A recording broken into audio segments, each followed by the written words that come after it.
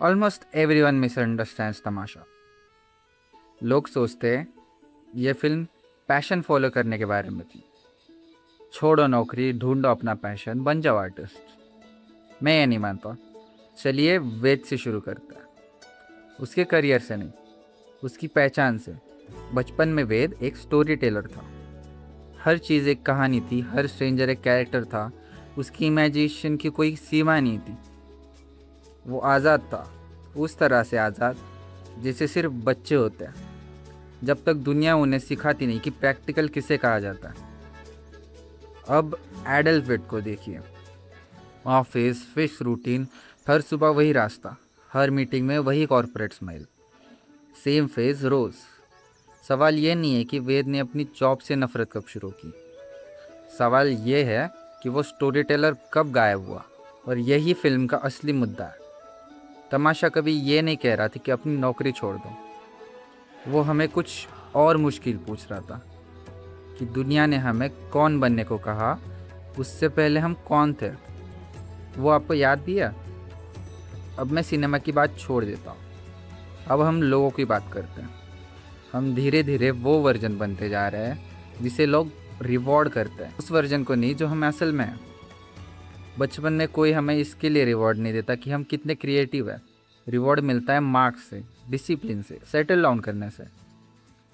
तो हम सीख जाते हैं जो रिवॉर्ड मिलता है वही कंटिन्यू करो, बाकी सब छुपा दो। एक सवाल पूछता हूँ, आपके अंदर से कितने वर्जन्स रहते हैं? कॉलेज वाला सेल्फ, ऑफिस वाला सेल्फ, फैमिली के सामने वाला सेल्फ, इंस्टाग्राम वाला सेल्फ, और भी कई सारे। और कहीं बहुत नीचे अपना असली सेल्फ। कभी कभी इतने वर्जन्स परफॉर्म करते करते हम भूल जाते हैं कि इसमें से असल में हम कौन है। वो कहता है ना, इतनी बार अपना चेहरा बदला, इतनी बार अपना चेहरा बदला कि अब याद नहीं असली चेहरा था कौन सा। वो तू था, मैं था, या कौन था। यही असली ट्रेजेडी है। ट्रेजेडी ये नहीं है कि आपको अपनी जॉब पसंद नहीं है। ट्रेजेडी ये है कि आप अपनी आवाज़ भूल चुके हो। जॉब बदलना आसान है, खुद को वापस ढूंढना मुश्किल। अब डिस्कस करते हैं कि वाई वेद ब्रेक्स। लाइक ज़्यादातर लोग कहते हैं उसने अपना पैशन फॉलो किया। मैं इस बात को चैलेंज करता हूँ।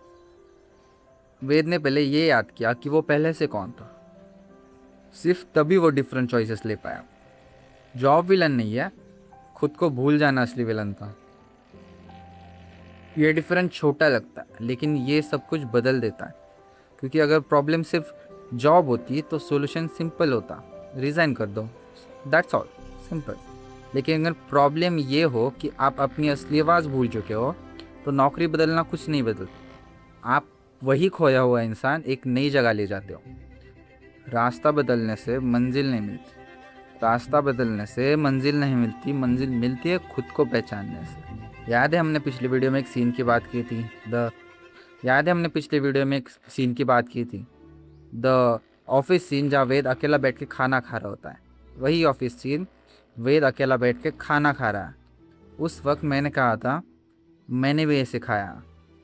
आज मैं इस सीन को एक नए तरीके से देखना चाहता हूँ।